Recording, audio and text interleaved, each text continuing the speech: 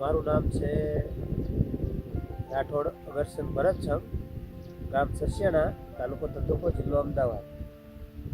જીરાની અંદર મેં કૃષિ બલમનો છંટકાવ કર્યો છે. 45 દિવસનું થયું ત્યારે તેનો પ્રથમ છંટકાવ કર્યો હતો. એવા અત્યારે 55 દિવસનું થઈ ગયું છે, બીજો પણ છંટકાવ કરવાનો છે. કૃષિ બલમનું સારું એવું રિઝલ્ટ છે કે ત્યાં કોઈ સુકારાનો પ્રશ્ન આવતો અને બુદ્ધિ વિકાસ પણ સારો થયો છે. એ આપ જોવો છો જીરાની અંદર એ સારું એવું થયું છે.